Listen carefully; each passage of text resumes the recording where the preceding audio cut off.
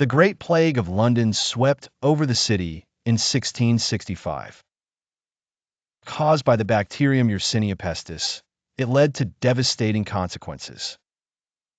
Rats and fleas were the primary carriers transmitting the disease to humans.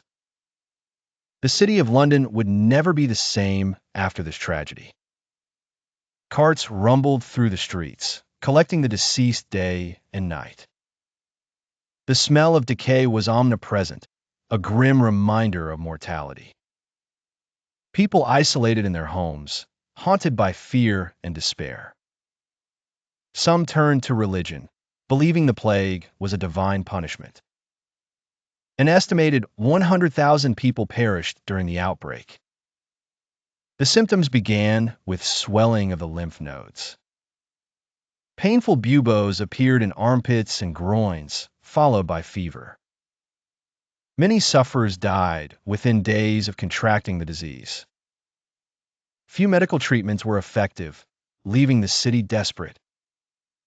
Families were torn apart as loved ones succumbed to the illness. Quarantine measures were enforced, but they were often too late. Fires blazed through streets, an attempt to cleanse the air. Smoky fumes filled homes, intended to drive away the contagion.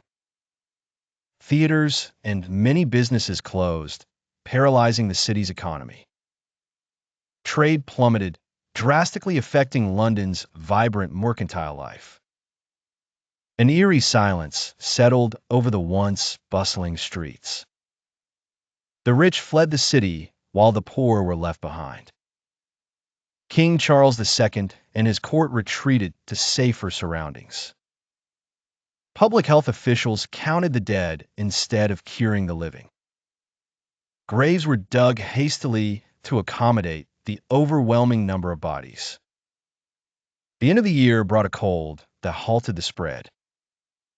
The city began to heal, albeit slowly, from the catastrophic plague. Survivors witnessed a city transformed by grief and loss. New health regulations emerged in response to the outbreak. London's population grew again, demonstrating human resilience.